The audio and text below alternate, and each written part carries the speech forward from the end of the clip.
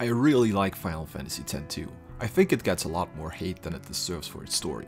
People like to sleep on the excellent combat though, which is one of the reasons why I come back to this game every once in a while. Now, I wanted a new challenge, since I already played through the game so often. I even did a 100% solo Yuna run, which is linked below the video, so what could I quite possibly do next? I know! Complete the game on level 1. What a brilliant and masochistic idea. Now, how can I prevent the party from getting any experience? The only built-in way to prevent that is the Minerva's Plate accessory. One of the side effects of it is the pointless status, which prevents you from getting any experience after battle. This one comes with a couple of disadvantages though. First of all, it's not available before chapter 2. Not counting in the Fiend Arena, you only get one accessory during the playthrough. And last but not least, pointless not only gives no experience, it also prevents you from getting any AP, so leveling dress spheres is not an option either. Unfortunately, there are no mods out there that let you adjust experience, so I figured I have to do it on my own. Since I don't really have a lot of experience with modding though, I had no idea where to start, so I posted a thread on the Steam forums, and lo and behold, I actually got a pretty good answer within a couple of hours. So I went through the game's monster files and edited the experience gain to 0. Not for all 369 files, but at least for all the mandatory fights in the game, and left it at that. If you're interested in trying this challenge too, you can find the download link with the modded monster files below in the video description. Now, before we start, let's quickly run through the rules of this. Obviously we will now be able to do all of this at level 1. The party's not gonna gain any experience whatsoever. No New Game Plus, since you get to carry over everything from your original file, and last but not least, no creature capturing. We will use the Fiend Arena to grind AP for dress spheres, but we will do so with the original party. I will also try to get as close to 100% story progression as possible. However, I will not go through all the game's missions and cutscenes in order to keep this video from getting too long. If you're more curious about the story, check out my solo Yuna 100% video where I'm going into more details. Also, as always, don't forget to subscribe to the channel, like and comment the video, and tell me which challenges you'd like to see me do in the future. Last but not least, if you're curious about the entire playthrough, I also uploaded all the VODs on my secondary channel, which I also linked in the video description. Make sure to subscribe to that one as well. Now, let's get this thing finally started. The intro isn't really anything special since we're still playing the game as intended. The only thing worth mentioning is that we're stealing accessories from everybody. Those aren't really that good, but we need quite some gil early, so I thought selling them might be a good option to start with. Gaga set isn't anything special either. At this point of the game you're only at like level 3 or 4, so the difference in damage was very minimal. Again, we steal a couple of accessories, beat the boss, and we're done here. At this point the game opens up a little, and this is where it's getting interesting. I was sure I was going to need the Psychic Dress Sphere for later boss fights, so I had to go win the Beginner's Cup in the Fiend Arena. The problem is, at level 1 you're way under-leveled for the enemy formations you encounter here. So my plan was to defeat them before they are able to defeat me. The easiest way to do this at this point was with the Black Mage Dress Sphere. But before that, I went to the Calmlands, got myself the Charm Bangle to prevent random encounters, and a couple of wristbands and amulets to boost my attack and magic stats. Now, in order to get through the Beginner's Cup, I needed to do big damage, and I needed to do it fast. That meant getting all tier 3 spells, as well as reduced cast time from Black Magic level 3. So basically the entire Black Mage shop. Luckily you don't actually have to beat enemies in order to gain AP, so I fought the same fight in the Fiend Arena over and over and over again, until both Yuna and Pain finished the Black Mage Dress Sphere. That entire process took over 4 hours, but when I was finally done, I was ready to go at it. There was still some luck involved with this, since there are certain enemy formations in the Fiend Arena that you simply won't be able to beat. So I needed some luck in order to avoid getting those. After a couple of attempts, I actually got good enemy luck and made it all the way to the end, getting the Psychic Dress Sphere in the process. Now that we got that out of the way, we can actually continue with the main story of the game. The next segment that contained battles was Sanarkand. Due to the enemy formations in the Fiend Arena being much stronger than the quest enemies, the two Black Mages made quick work of the goons. The boss wasn't a big deal in terms of dealing damage, but more in terms of him one-shotting the Black Mages when they were targeted. While it was annoying, it wasn't really a big deal either, and he went down relatively quickly as well. The next segment is one I want to talk about in a little more detail, because depending on how you do it, your results are going to be very different. I'm talking about the mission on the Moonflow, where you protect the Hypelo's luggage from the bandits. There are 3 different ways of doing this, and each one gives you a different outcome. The classic 100% approach is talking to Tobley first, and then do the mission. This one doesn't give you any special rewards, but it gives the most percentage. Another version would be skipping the entire mission to begin with. That way, Tobley shows up in the elevator in Chapter 2, and pushing him in gives you the Enterprise accessory, which lets you break the HP limit. The version we are doing here is helping the Hypelo, but without talking to Tobley first. This way, the Hypelo is going to give us the Minerva's Plate accessory in Chapter 2, one of the most important accessories in this playthrough. The mission itself wasn't really a problem. You one-shot all the bandits with a single spell. The bigger issue was that there were 5 back-to-back fights without a save sphere in between, meaning I had no option to refill my MP. Since we're stuck on level 1, the max MP of the characters are rather low, so you'll run out of MP rather quickly. Thankfully, the Black Mage also has MP Absorb, which does help at least a little and lets me finish off this mission. Case closed. Next up was Besaid. The boss fight here was pretty much free, since the party absorbed the fire attack thanks to the Heart of Flame garment grid. The boss being weak to ice made it even easier. The last boss in Chapter 1 was very similar to Sanakant. Revive if the mages get wiped, and kill with black magic. The first boss in Chapter 2 was the Chocobo Eater on me and High Road. Again, not really a big deal since he mostly does single target attacks. We tanked the Thundara, and thanks to it being weak to fire, the fight is over relatively fast. I also forgot that I can actually get the Minerva's Plate now too, so the next stop was Macalania. After the mission was done, we get our rewards, and now the damage is going to skyrocket. At least for now. The Minerva's Plate doubles your max MP and also gives plus 100 magic. And because it's not broken enough, it also decreases your magic cast time by 40%. Not good for grinding AP since it has AP 0, but perfect for everything else we need. So now it's time to put the new toys to test by getting the uniforms to invade LeBlanc's mansion. I almost got wiped getting the first uniform since all of them focused on the mages. Luckily I recovered fast, and with the big amounts of damage Yuna is doing now, the fight was over relatively quickly. The second uniform wasn't a big issue. Ormi does the most damage, so every fight not involving him is usually not a big deal. Logos and the goons are quickly taken care of before they even get the chance to get an attack in. Before we get the last uniform though, we make a detour to the Calmlands to help Glasgow clear out the monster farm so we can raise chocobos there. The fights here are much easier than in my solo Yuna run. The only thing worth mentioning is equipping angel earrings on everybody because they protect you from the death status, so the curl doesn't insta-kill you. The boss, if you can call it like that, was an easy one-shot thanks to them being weak to electricity. I also do want to point out that I got a chocobo catch afterwards on the very first encounter. This is something that can take up to an hour or more if you're not getting lucky, so that was real nice. With that out of the way, we get the last uniform. Since Ormi is alone this time around, and we also got the Soul of Tomasa accessory in the meantime, which doubles our magic, we casually one-shot him without any problems. LeBlanc's mansion is a big deal either. We do the massage first, There!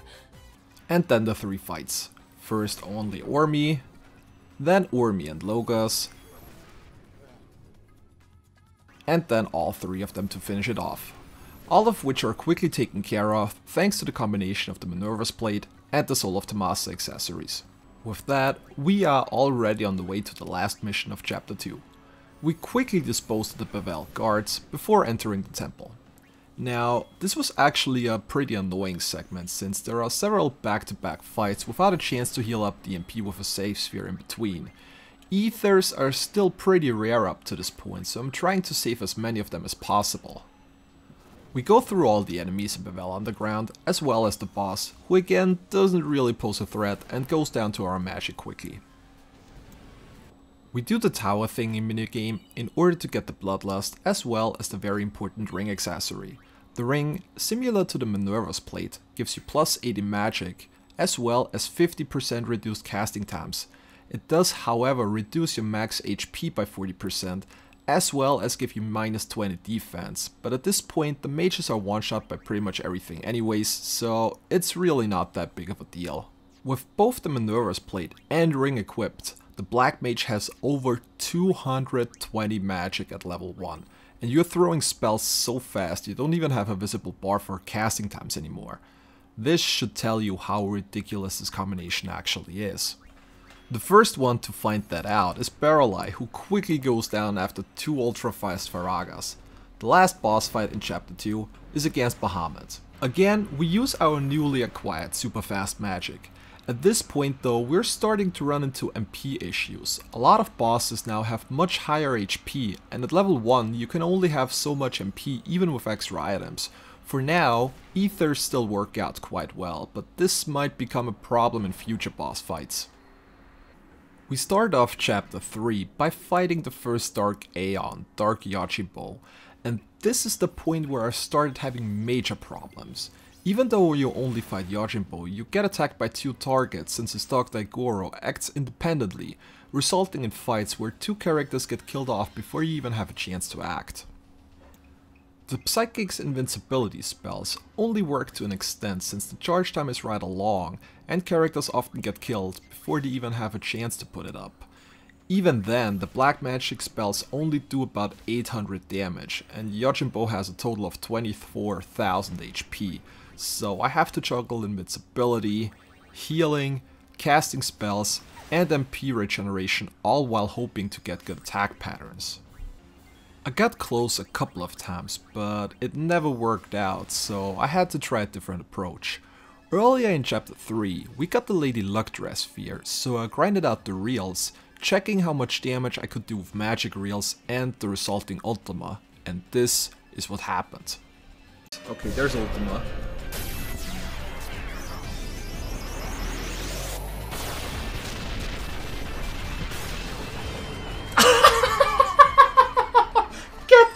Out of here! Oh my god! Well, we found a new strat. With those numbers, I was sure I found a much better strat, so I took Lady Luck to Yojimbo, and while the setup was still a little wonky, I did manage to get him down first try after about 3 hours of experimenting around with different strategies. Next up is me and High Road, where we have to disassemble a couple of machinas that have gone rampage. Now, this is a mission that's usually not too hard, but in this setup it's an absolute nightmare. Why? Because the enemies, especially the Machina Rangers, are fast. In fact, they're so fast that they are likely to kill half of your party before your first turn. Again, I had to play around with a couple of different setups. In the end, I went with 2 Lady Lucks trying to cast Ultima, while Riku as Warrior was trying to draw attacks with Sentinel. That worked out decently well. Luckily, there is an autosave after each screen transition, which made making progress a little easier. The next part is probably the mission I underrated most up to this point. In Macalania, we have to go through an enemy gauntlet with no chance to save or heal in between. What I thought would be a breeze turned out to be a nightmare for several reasons. One of those reasons was an enemy called Rios. Rios has 4 different attacks, with 2 of them being AoE, namely Thundaga and Aqua Breath. Luckily I got a Garment Grid which lets me absorb water attacks, but Thundaga is a guaranteed wipe since it one-shots everybody. Again, Psychic Invincibility is way too slow to actually do something, so we have to pray to the RNG gods for no Thundagas. Well, guess what happened most of the time? After a couple of attempts, I finally got the needed luck and made it through the gauntlet, only for this to happen. Think that's the last of them? What a segment. How are the people inside? Let's go look.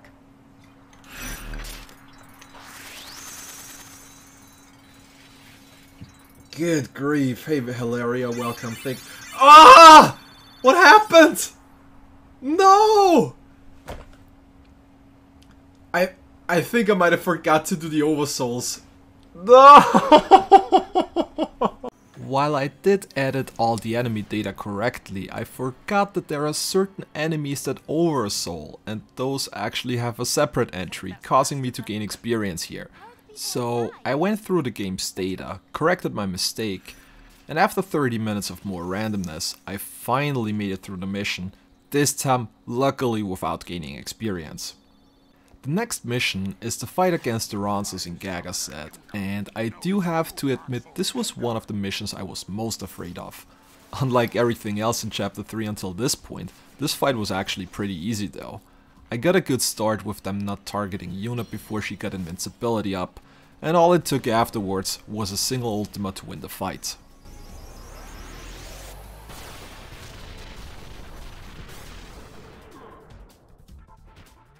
Now, we're actually back to story progression, as we make our way through the mandatory Dark Aeons. Starting off in Killiga, we go through the Daivas before reaching Ifrit itself. Luckily, Ifrit has less than 10,000 HP, so a single ultima is enough to take it down.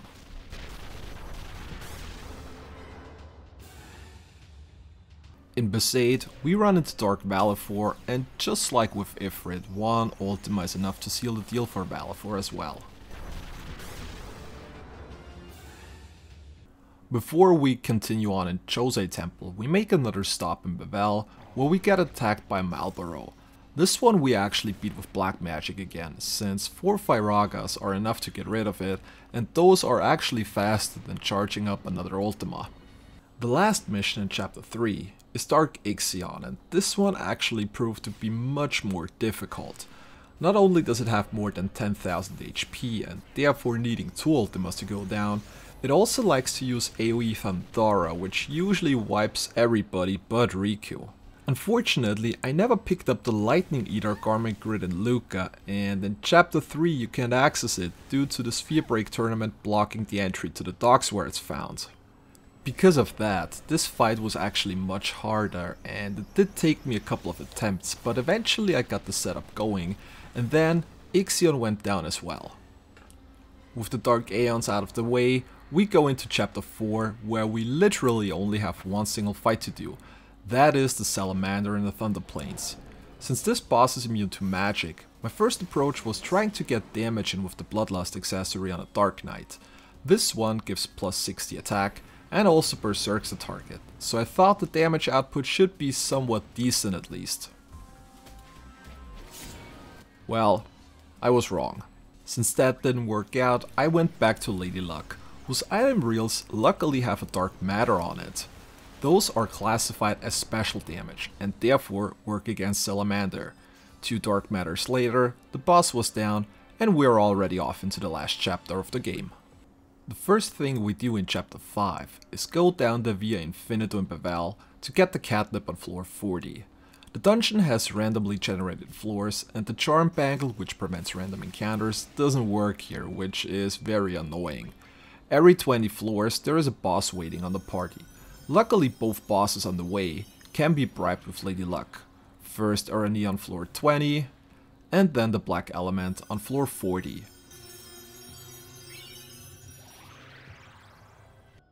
Once we are done with those, we finally get access to the catnip and the Speed Bracer accessories. Next up is the first version of the Experiment Machina. This one luckily has less than 20,000 HP, so once I got my catnip user into critical HP, the fight was over relatively quickly. We're going to fight this one again later once it's fully powered up. Luckily the max HP don't increase in the process though. Next stop is the Thunder Plains, where we're going to get rid of the fiends that appeared after the concert in chapter 4. The first few fights were no problem since I could one-shot all the chimeras with the catnip. The boss Hubaba wasn't a problem either. Yuna took down the boss, while Riku and Pain with the magic guard from the Psychic Chop made sure to survive the meteor at the end of the fight.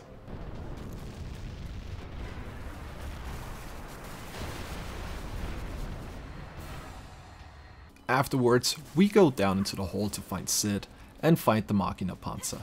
Again, Yuna makes quick work of the boss with, you probably already guessed it, the catnip accessory. With the mighty catnip in hand, we're going down into the far plane next for the last couple of remaining Dark Aeons. Shiva being the first one is already done before even getting a turn in. The Dark Magus Sisters were a bigger issue since Yuna had to stay alive while also hitting the enemies. At this point the party gets one-shot by pretty much everything, so I did game over here on the first attempt. On the second attempt I got a little bit luckier and we got through this one as well.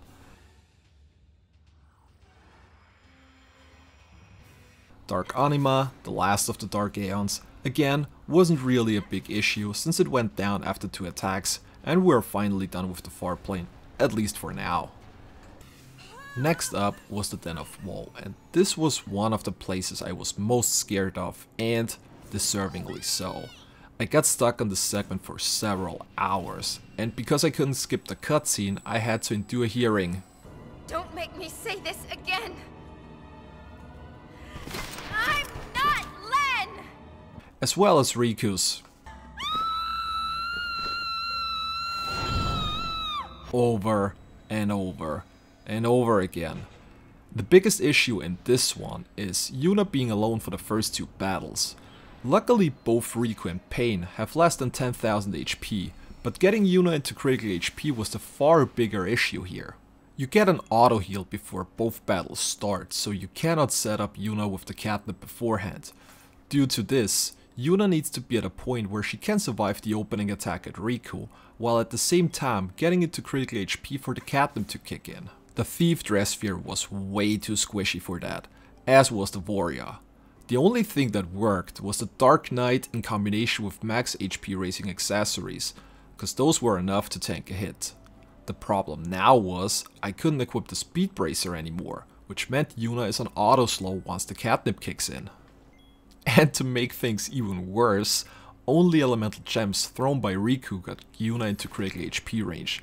A normal attack killed her, and a grenade did too little damage.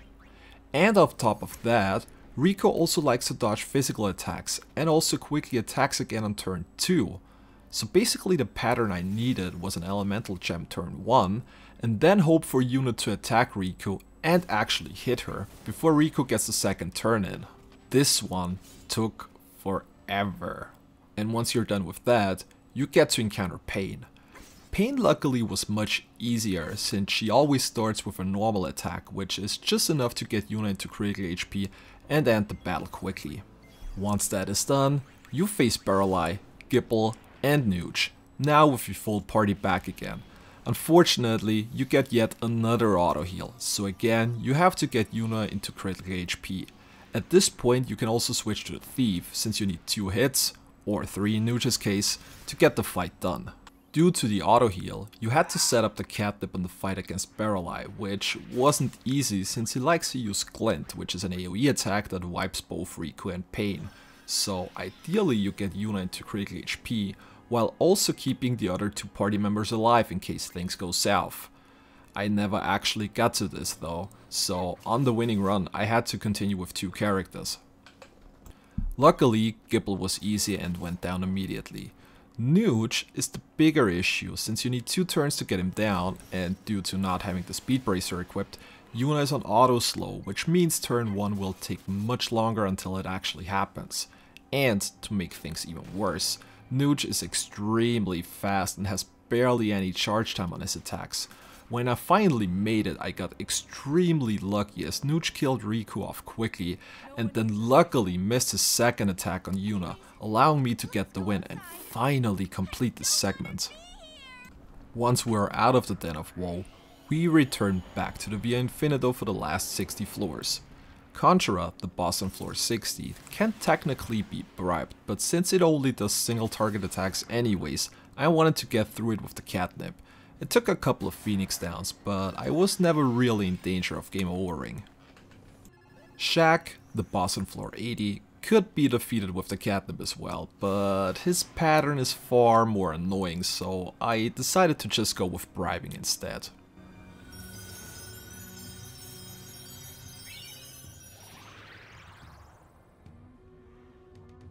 With that, we are already down on floor 100, but we're not going for Paragon and Tremor yet, as those will be the grand finale, if we even make it that far. The next part is a bit more boring, so we'll fast forward through it. We need to dig for the Machina parts to power up the experiment, as well as catch chocobos in order to get access to the secret cave in the monster farm. The anything eater there is quickly done within a single turn, because it has less than 20,000 HP. As does have the experiment Machina, which, powered up, is actually pretty strong. Luckily, like I said earlier, the max HP didn't increase, and again, we take care of it in a single turn. Also, as a little side note, it took me exactly 69 digs to get all the parts that I need for the experiment Machina. We returned to Beacon to go for the last Cactuar. One thing I noticed here was that I wasn't doing any damage to the mid-dungeon boss at first, which led me to believe that the catnip only does 9,999 damage if you actually get damaging numbers on the enemy to begin with. This proved to be true when I equipped Yuna with the Bloodlust accessory to boost her attack and took down the enemy successfully afterwards. Yuna not doing damage with the catnip was something I already noticed earlier, but I could never quite make out why up until this point.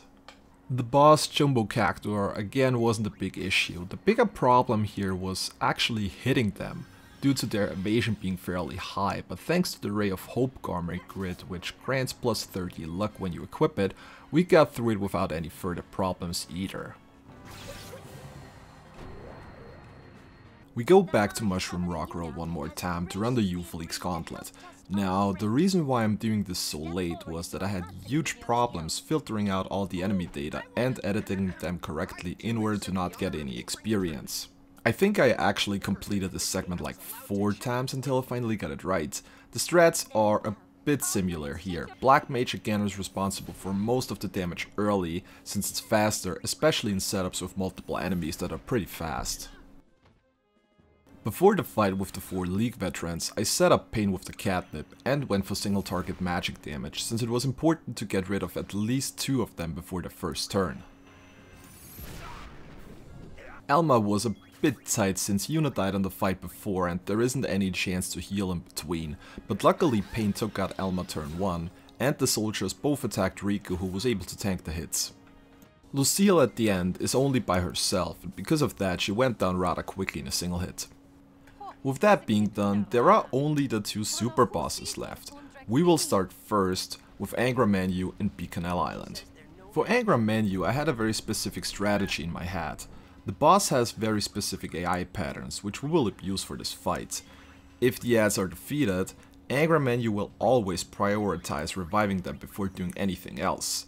If it doesn't have enough MP for the revive though, it will use Osmose on the party to get its MP back up again. But if the party barely has any MP to begin with, it can't get enough back, which causes it to go into somewhat of an infinite loop, trying to drain MP using Osmose over and over again. So to start the battle, we use the Psychic to get invincibility up. The charge time on Excellence is a little bit too long, so we make use of the Time Stop ability. The charge time here is shorter and the time window is barely long enough for Excellence to be set up. Once that is done, we switch into Lady Luck and throw a Dark Matter to take care of the ads. One of them is immune to physical, while the other one is immune to magical attacks. Luckily, Dark Matter is classified as special damage, which means it can take out both ads at once. At the same time, we use the Alchemist to quickly throw Soul Springs, which depletes the boss's HP and MP. Once the MP are down into single digits, the boss is stuck in its pattern, and we get Pain to critical HP for the catnip to kick in. With all that set up, we can now watch Pain wreck the boss until it's down for good.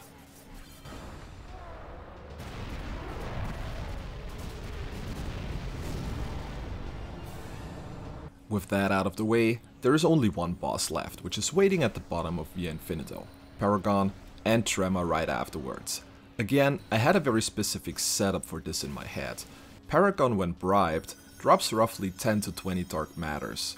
Mixing those with any other item will result in a Miracle Drink, which gives temporary invincibility to the entire party. Since I was already setting up the catnip during the Paragon battle, I only had to keep up the invincibility and I should be fine. Now, while that setup is very specific and the chance of it succeeding was rather low due to the amount of randomness, it seemed that this might just work, or so I thought. There were 2 big problems though that I only noticed once I started trying it. First of all, the invincibility from the miracle drink barely lasts longer than a turn. That meant that I needed as many dark matters from Paragon as possible. The even bigger problem though was actually getting damage in on Tremor. Being the strongest enemy in the entire game, Tremor has 255 defense, which is the highest possible value. If you remember, we already talked about the catnip only kicking in if the character is doing any damage at all. That means we need to do at least 1 damage to Tremor. Now, while this doesn't sound like much of a challenge, it is actually harder than you would think at first. The Thief, even with attack plus 10 stages from the Songstress song, just couldn't do any damage to Tremor at all. Every other class wasn't suited for this strategy, since the Thief is the only class that does 2 hits on a regular attack, so that option unfortunately was off the table. Another thing I considered was trying out the mascot dress sphere I got earlier. If you remember, in my solo Unirun I used the mascot's Moogle Beam to deal damage, since that one is ignoring the enemy's magic defense. So I put on Minerva's plate and ring and tried it out in the Fiend Arena, but unfortunately one of the parts of the attack's damage formula is the character level, which means it basically does no damage at all. The last thing I wanted to check was the Megiddo Garment Grid. Going through all the nodes gives you access to Ultima, but even with the Ring Minerva's Plate combination and a plus 10 magic stages up from the Songstress songs, Ultima only did around 2000 damage. Now, while this was the highest damage I have done to Tremor up until that point, the dark matters we would get from Paragon would be nowhere near enough to last through the entire fight. At this point, I had to accept the sad truth. There is just no way you can actually beat Tremor with a level 1 party. While it is a shame, since this is literally the last boss we need to go through, not counting in the story bosses, I am still rather happy and even more surprised we actually even made it this far. Even though we can't get through Tremor, that doesn't mean we're not going to complete the game, so we go back into the depths of the far plane for the last bits of story. Vegnagun was pretty much what I thought it would be. The tail was the most dangerous part, since it does a turn 1 AoE attack that is a guaranteed wipe, and the Psychic's invincibility would take too long to set up. Luckily, it is classified as a physical damage, so the Warrior Dress Sphere can reduce the incoming damage to 1 with the help of Sentinel. Afterwards, we just revive our catnip character and finish the fight off normally. The lag was pretty much free. You can take it out with catnip in a single turn, since all the other targets can only be targeted with ranged attacks. The body was more annoying than anything else, because of there being several parts, and it's random which part you know of the catnip targets. Again though, it's not really a big issue or anything.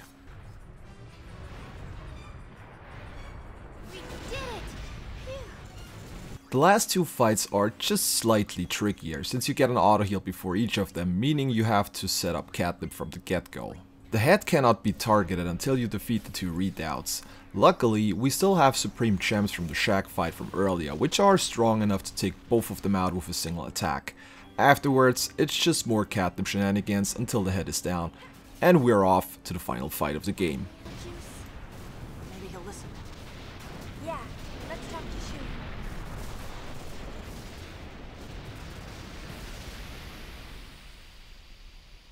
Shu. Shuyin, just like the battles before, really wasn't that big of a deal either.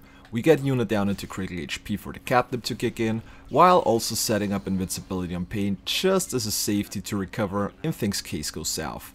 Luckily Shuyin attacked Riku turn 1 and it was already over afterwards.